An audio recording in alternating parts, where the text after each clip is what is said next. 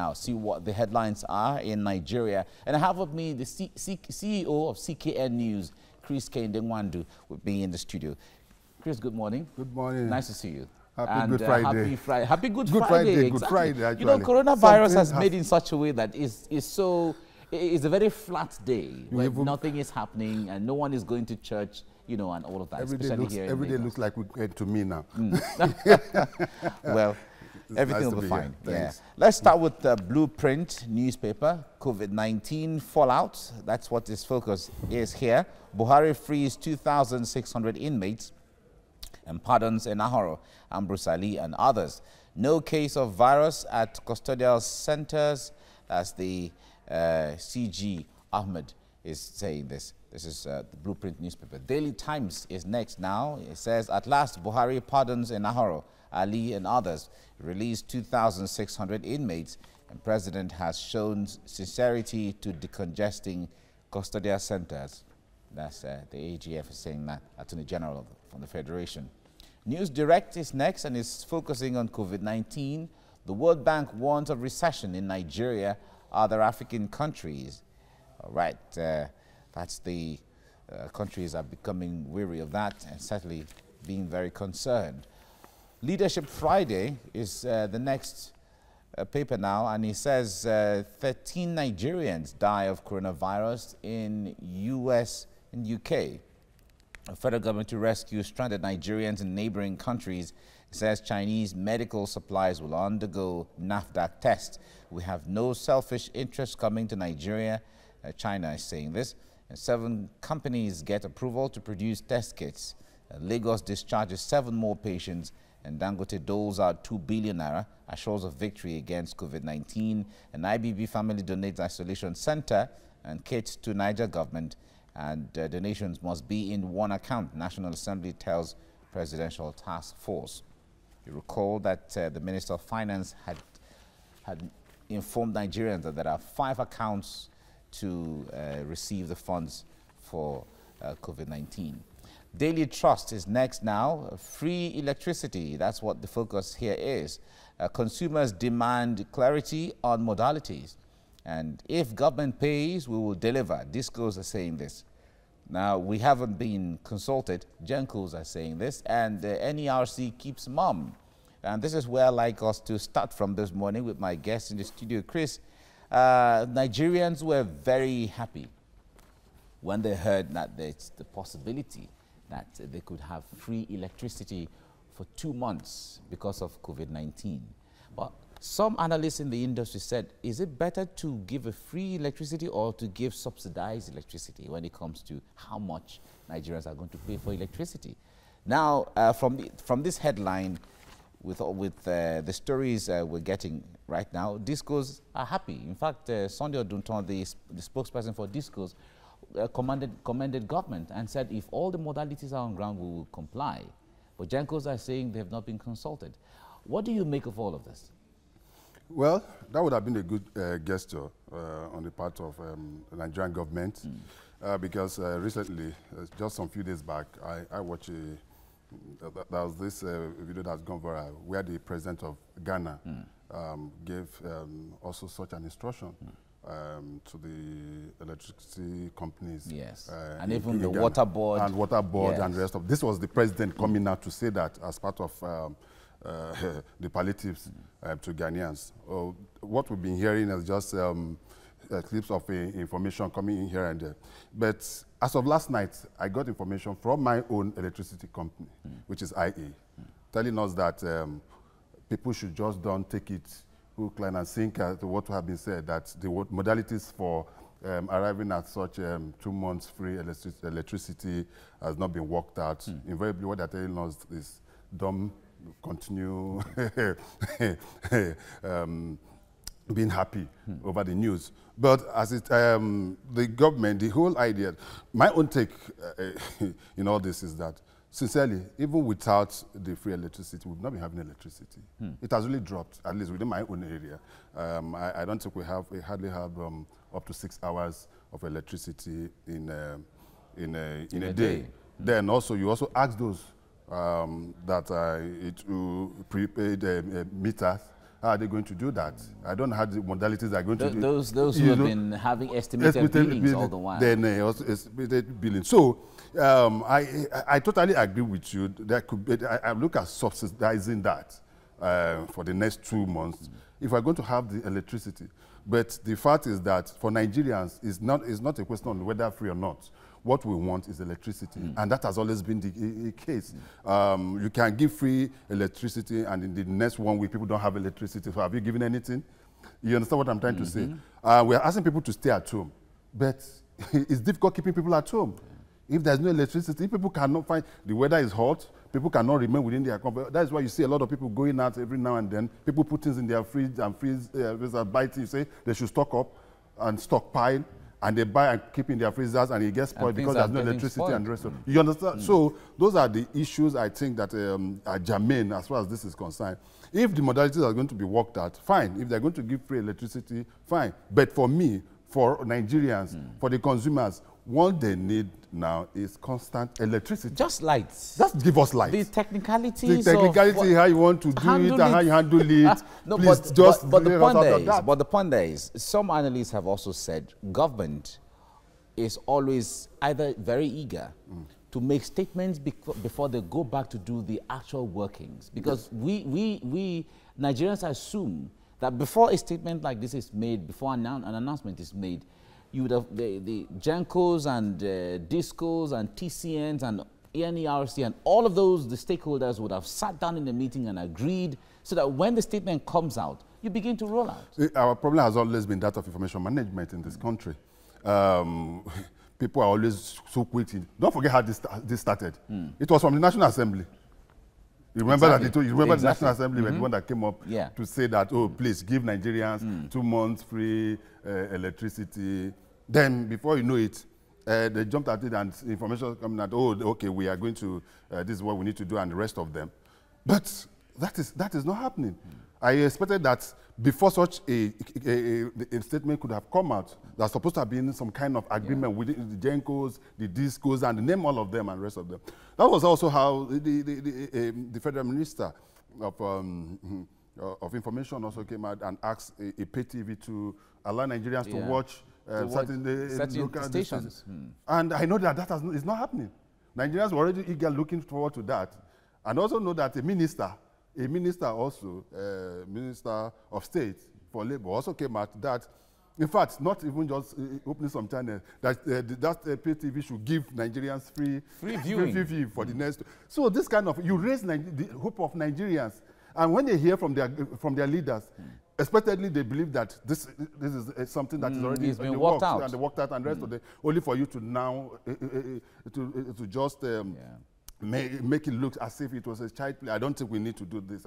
If you're not giving them anything, just keep it to yourself. Don't need to say it. If you are coming out with a policy statement that is coming from the government, anything coming out from the government must be seen to be sincere, truthful, and direct. And that authentic. We have to be authentic.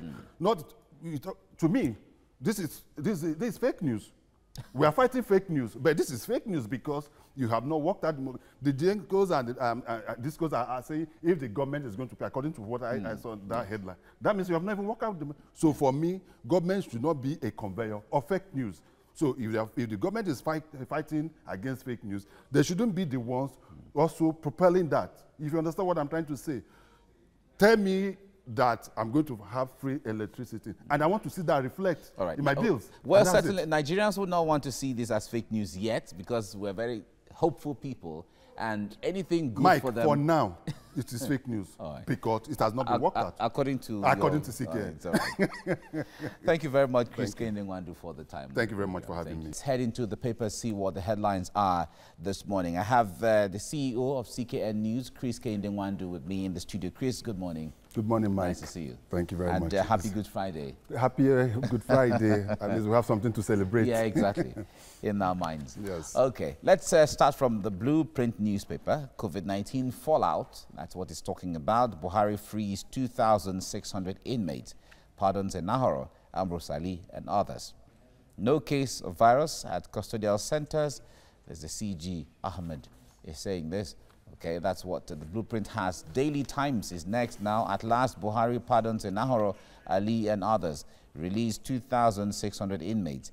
President has shown sincerity to decongest custodial centers as the Attorney General of the Federation. And I think my guest would like to talk about this. Now, News Direct is next now. COVID-19 is the focus here. World Bank warns of recession in Nigeria, other African countries. And Leadership Friday is next now. 13 Nigerians die of coronavirus in the US and UK. Federal government to rescue stranded Nigerians in neighboring countries. Says Chinese medical supplies will undergo NAFDAC tests. That we have no selfish interest coming to Nigeria. That's China is saying this. And 7 companies get approval to produce test kits. Lagos discharges 7 more patients. And Dangote doles out 2 billion naira as shows of victory against COVID-19. An IBB family donates isolation center kits to Niger government. Donations must be in one account. National Assembly tells Presidential Task Force. Okay. That's that. And then Daily Trust is the last one we're looking at now. Free electricity. Consumers demand clarity on modalities. And if government pays, we will deliver. Discos are saying this. We haven't been consulted. Gencos are saying this. And NERC, that's the Regulatory Commission, keeps mum on all of this. All right? That's what you see on Daily Trust. Now, Chris, you will... since yesterday, there has been jubilation in many custodial centers and correctional centers across the country following the presidential pardon to some of the inmates there, close to about 2,600 nationwide. Now, this is a good gesture. A lot of people, Nigerians, see this as a good gesture at this time, especially seeing that Easter is here and also talking about the impact on COVID-19. Yes, very much. The president was on point with that directive.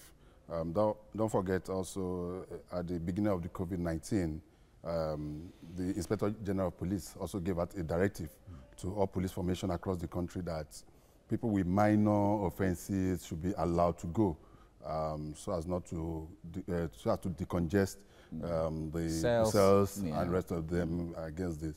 Then it's also what is happening globally. Even the United States of America, I know that there was a directive by the government that those with minor offenses also. Coming at this point in time is also germane because if you know the situation in our correctional centers, most of them are overwhelmed, overpopulated. I've had the privilege of being at the Ikoyi prison, and I know the number of inmates you have there. The facilities cannot contain the number of it there. And some of the correctional centers were built before independence. Yes, with a capacity of some 200, some 500, but we hear that some of them have close to 1,000, 2,000, close to 2,000. Yes, and the problem, if you also know that majority of the inmates are also those awaiting trial, those under the awaiting trial. In fact, the majority of those of them there are those awaiting trial, and also some of them that also have been discharged, and but they cannot be able to bail themselves out, so they remain there too. So it has become a big problem. So for me, the president has done what is right. The governors should also follow suit because that is at the federal level. The governors also have the powers to be able to do say within the state. Do issue pardons. Some already have started doing that.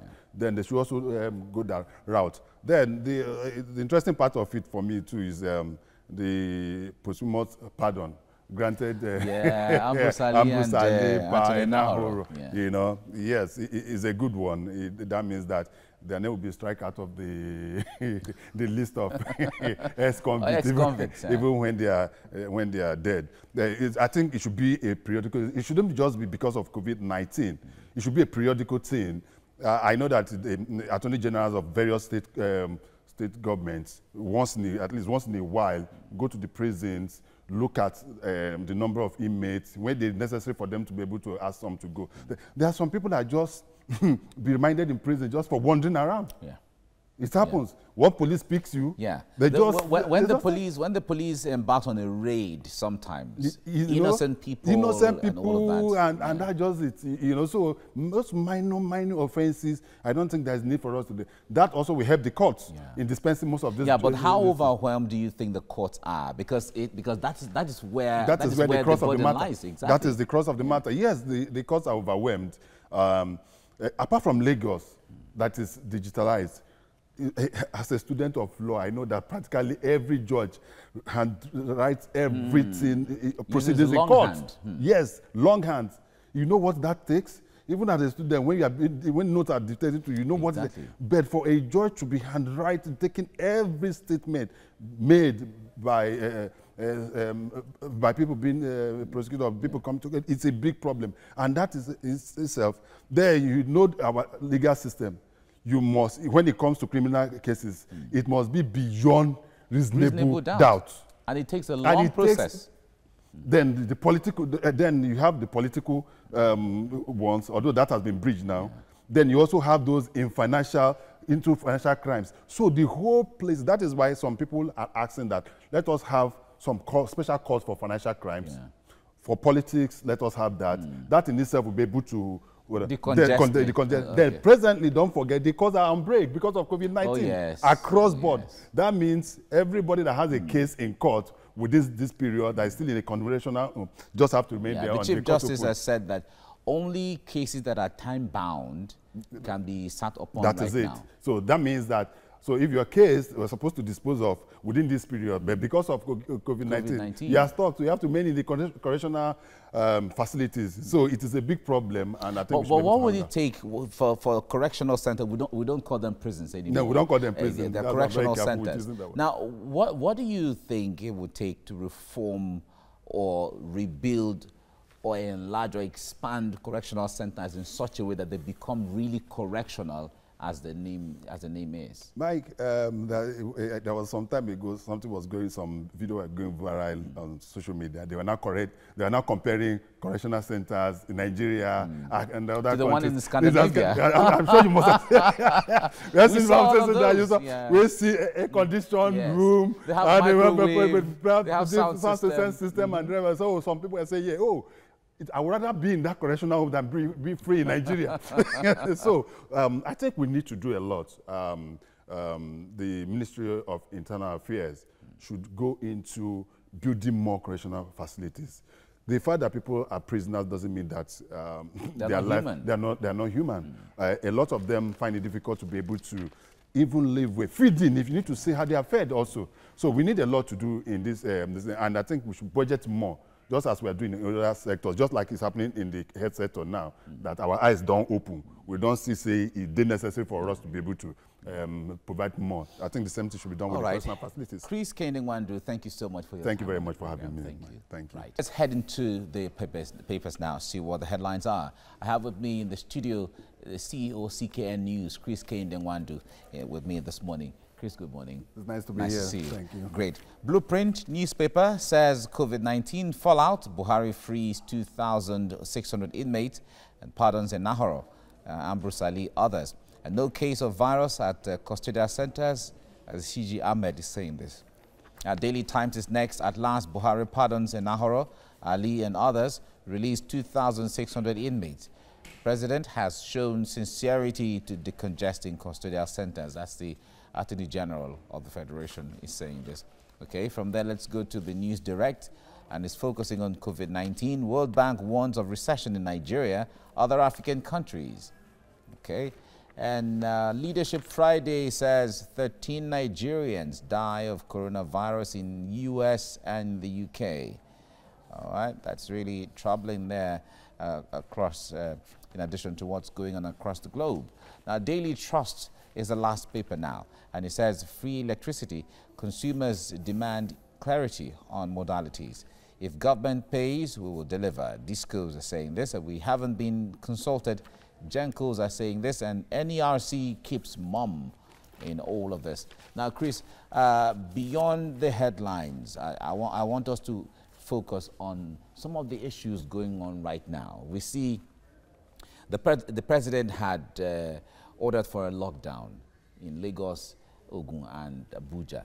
A few days ago, a lot of people came out and they were on the streets doing exercises, and besides that, they were going about their normal activity. Although that has changed from what I saw this morning or yesterday and this morning. But what do you make of people's understanding of the issue of the lockdown? Basically, most Nigerians, and I'll use the word most, still don't believe in the pandemic. They still don't believe in the fact that there is COVID-19. To them, it's still a fairy tale. They think it's far away. Yes. In fact, some people say it's a rich man's sickness. Exactly. So to them, there's a saying in Igbo land that when you carry the corpse, when you see the corpse of someone else, it looks like a log of wood. But if it's your relation that's involved, you will feel the impact. You feel the impact and the pain. So that is what is happening. So when we see those staggering figures in Italy, in Spain, in the United States and the rest of them, and you now look at, in Nigeria, say 6 people. To people, it's no big deal. I don't pray we get to see, or Nigeria get to see, or experience what is happening in the other parts of the world. If, as of today, about 16,500 people have died in the United States of America, with all the technology, with the best of facilities, with everything, expertise and the number, then you know the problem we're talking about. In Italy, about 100 medical doctors have died treating COVID-19 patients. The same thing in other parts of the world. Spain is having serious problems. Economies are collapsing. So here, God has been very, very kind to us that we've been able to manage this. But just as the World Bank and WHO has also warned, if care is not taken, the spiral effect of what's going to happen in Africa will be worse than what happened in the advanced country, because we don't have the capacity. We don't have the weak medical system. We don't have the capacity to be able, and that is why the government at this level have been trying as much as possible to ask people to stay at home. Let us try to curtail this. And once again, I say I have to praise the Lagos State government for what they have been doing. The Lagos State governor have surprised everybody with the way he has handled this issue. At the federal level also, yes, a high level of, they've done very well. The NCDC, the Ministry of Health, and other. But my problem, my challenge is what some states are already doing. Some states are already unlocking their states. I know a state like Katsina had asked people to come for go for Juma service. Yeah. In fact, Niger State had called on workers to go to work. That is it. Meanwhile, in Katsina, we heard that there was a death of a medical doctor. A medical doctor just died. Exactly. You don't know who and who he has gotten to. So I think we've not crossed that border where we can rise up and say, yes, actually, we're out of the woods. Yeah. We are not out of the woods. As of yesterday, it has risen to about 288 or thereabout, the number of confirmed cases, and it's continuing rising. So people should be cautious. You see people going around on Bagada Expressway, you see them exercising, jumping, jogging, and the rest of them. That exercise they're doing is social gathering. It is more than social gathering. It's social gathering. It's more than social gathering. And you know, when you do exercise and then you're sweating, you can't tell. Anything can happen. You can touch someone and you don't know who has what. In fact, when I listened to some analysis on international media since yesterday and yesterday, and doctors were saying, don't just take it on its face value. This thing is dangerous. We in Nigeria should be able to take it at that and not try to get ourselves plunged into this issue that might end up giving us or hitting us so hard that we'll be unable to be able to handle it. Okay. Thank you very much, Chris Kehinde-Nwandu. Thank you very much. And have a wonderful